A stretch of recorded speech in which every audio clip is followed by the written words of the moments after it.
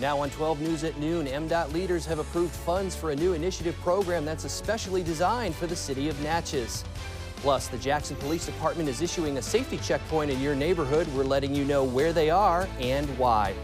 And a new vegan restaurant is making its way to downtown Jackson soon. More on the ribbon-cutting ceremony that happened earlier this morning. Hello and thank you for joining us for 12 News at noon. I'm John Conway. We've got all those stories and more coming up, but first let's check in with our good friend meteorologist Scottlin Williams. Scottlin, it is unacceptably cold outside. Are we going to see any warmer temperatures soon?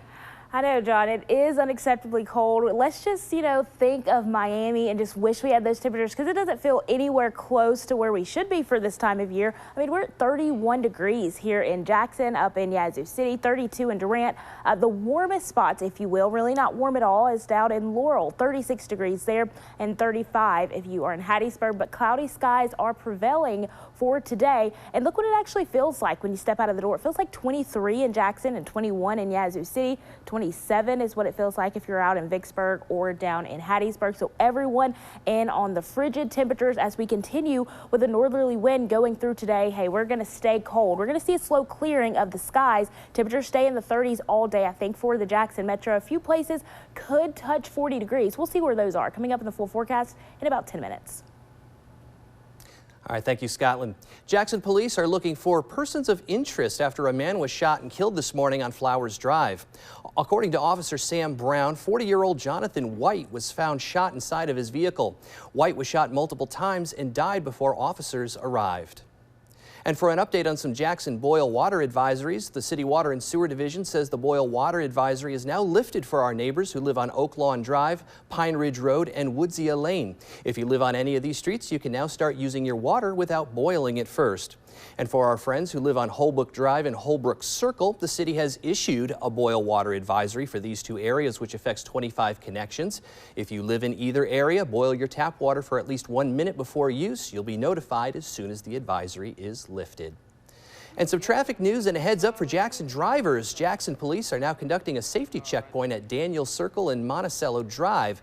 Officers are participating in an initiative called TAT, which means Tickets, Arrests, and Tow, to reduce illegal activity that's happening in the capital city. 12 News spoke with an officer who was at the checkpoint. We're out trying to tackle this crime, and of course it's imperative, being as the police department and police officers, that we get out and try to keep the streets safe for the citizens to ride back and forth from their job and back and forth to home. Yep. And for all of you who are making plans to drive in that area, please drive carefully. New at noon from Jackson, an all-vegan restaurant is coming to the downtown area for those who love the vegan lifestyle. A ribbon-cutting ceremony took place this morning on North State Street with the Great Chamber of Commerce. 12 News was able to hear from leaders who are excited that Jackson is making another great investment into the city. Oops Out Vegan, every HBCU, every black college, the first vegan sports bar and grill, the sky's the limit. The ceremony took place at approximately 10:30 this morning. In state news, a statue of white supremacist and former Mississippi Governor Theodore Bilbo has been quietly moved out of sight in the state capitol, a move praised by black lawmakers who say he never deserved a place of prominence in the building.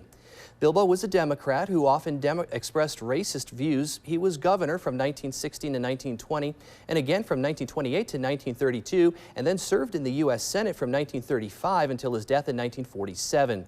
The bronze statue of Bilbo stood prominently at the center of the state capitol for decades. Then, after the building underwent renovations in the 1980s, the statue was moved to a first-floor committee room where it remained until recently.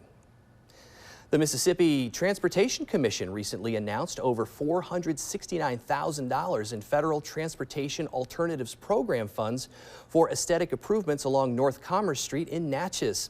The scope of the project includes upgrading sidewalks to current ADA standards and incorporating new aesthetic light poles, which will increase safety for both pedestrian and vehicular traffic, as well as improving handicapped access at the intersections of Main and Franklin Streets.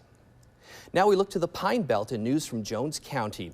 Deputies and investigators responded to a shooting call on Thursday afternoon at a residence on Albert McCullum Road near Moselle. According to the department, a domestic disturbance between Gonzalo Garcia and his girlfriend quickly escalated when he allegedly hit her in the head with a pistol and threw her to the ground. He then allegedly placed her cell phone right beside her head and fired a round from the handgun he was holding into the cell phone. Garcia was taken into custody by deputies and is currently in custody at the Jones County Adult Detention Facility facing a charge of aggravated assault. His girlfriend was checked by paramedics at the scene and was not seriously hurt. In Pike County, deputies arrested Devon Eubanks Thursday morning. They approached Eubanks as he was driving a white van without a tag. As they gathered information from Eubanks, it was determined that he had several outstanding warrants with the Walthall County Sheriff's Office and the Pike County Sheriff's Office. Deputies recovered 299 grams of meth from the van and contacted Pike County deputies and narcotics divisions. Eubanks was taken into custody and charged with aggravated trafficking and trespassing. Happening tomorrow, dads and father figures across Jackson will come together for a community summit to support their children and their health. The event will be hosted by the Jackson Public Schools, and the theme is "A Dad's Health is a School's Wealth." It'll be held from 9 a.m. to noon at Forest Hill High School. The summit is free and open to all JPS fathers, and dads who attend will receive free medical checks and learn tips for maintaining a healthy lifestyle.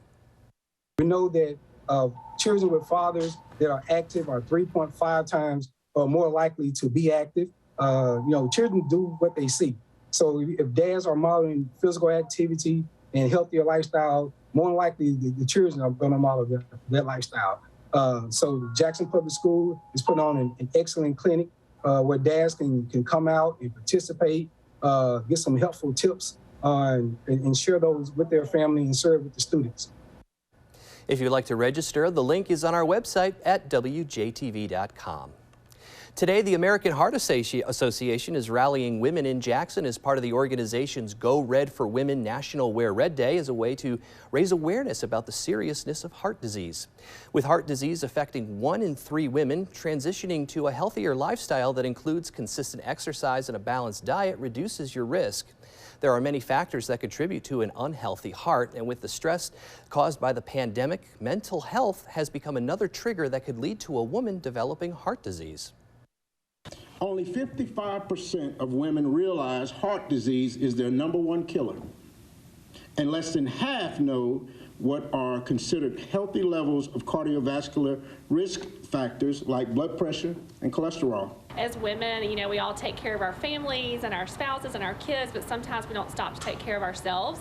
And so really this Heart Month is about reclaiming your rhythm and really trying to get back into good, healthy habits. The American Heart Association is encouraging everyone to participate in their National Wear Red campaign. For more information on heart disease, visit our website, WJTV.com. And now let's check in once more with Meteorologist Scottlin Williams. And John, you and I both participated in the Wear Red Day today. Now, cloudy skies will prevail with a cold north breeze, so that's going to keep wind chills in the 20s. It's going to feel frigid all day long. Good news though, skies clear for the weekend. We'll have some cool sunshine, and then temperatures will slowly moderate as we head into the work week, but we'll still stay below normal. The full forecast is when 12 News returns.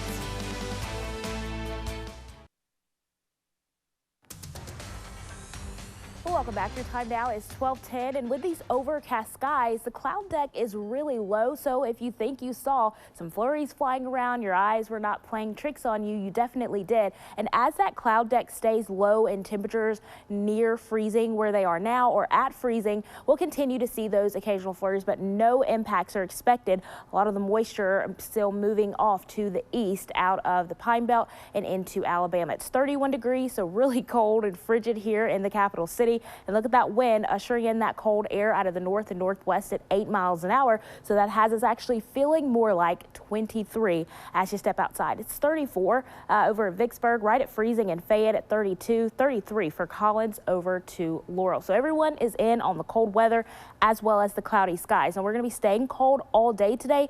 Skies are going to be slow to clear. We may see a few peaks of sunshine during the afternoon. I would not bet on that. And even if we do, as I said, we're going to stay cold. Winds are coming out of the north, and we'll continue to see that slow clearing as we head into tonight. Winds also could be a bit gusty at times, up to 20 miles an hour as we head through the afternoon. They'll calm down slightly, though, as we head into late tonight, just before sunrise in the morning. Here's a look at high temperatures for today. 36 in Jackson, Yazoo City, upper 30s along the Mississippi River. We could see these low 40s, but again, it's going to still be cold, and it's going to feel colder than the actual air temperature with that wind coming out of the north at 20 miles an hour. So here's the skies clearing as we go through the afternoon into late tonight. Will become clear. That will allow for radiational cooling, especially as those winds calm down. So temperatures in the 20s as you wake up on Saturday morning. But good news, we'll have the sunshine all day long, but it's still not going to do too much as temperatures are expected to stay below normal for the next several days. Going into Sunday, though,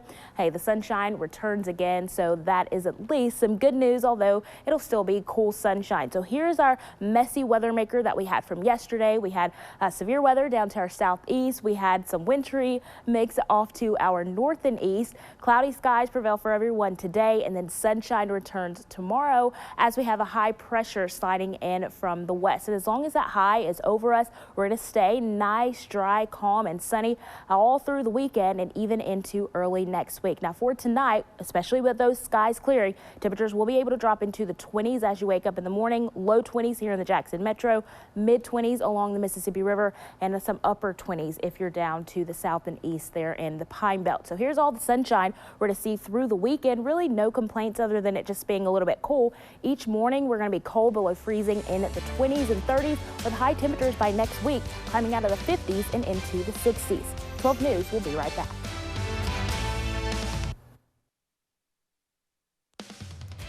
We're back with national news. The U.S. says Russia has been hatching a scheme to create a false video so it could have an excuse to invade Ukraine. This comes as Russian President Vladimir Putin is shoring up support with Russian ally China. Natalie Brand has more details from Capitol Hill.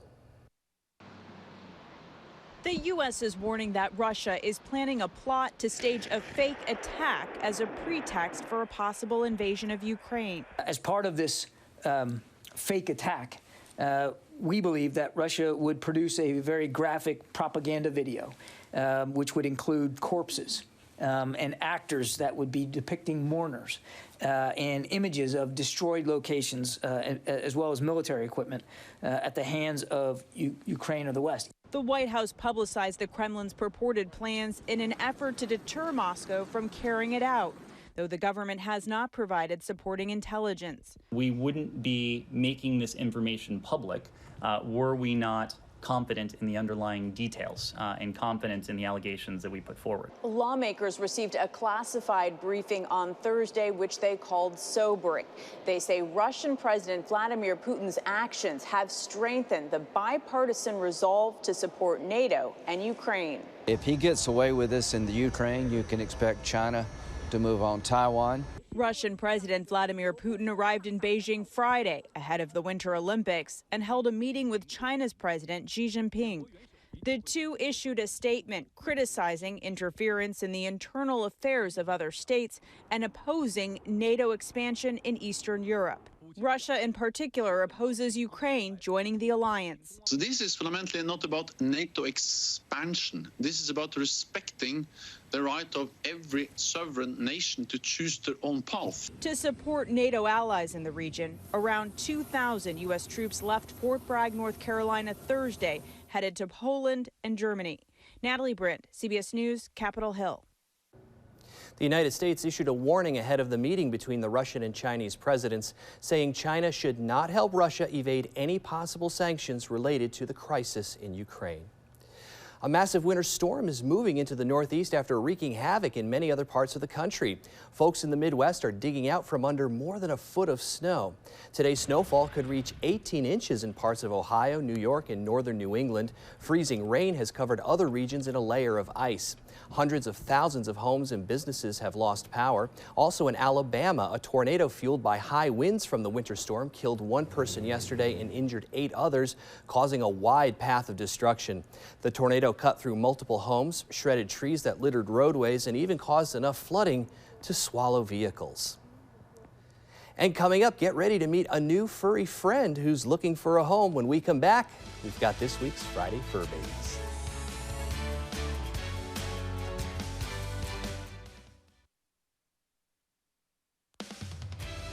Well, it's Friday, which means it's time for your weekly dose of Friday Fur Babies. 12 News' Melanie Christopher has a new furry friend to introduce to us.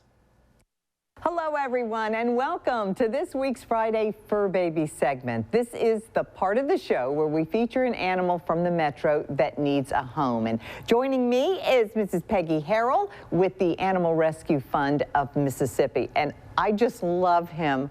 Tell us who you brought today. This is Big Jack.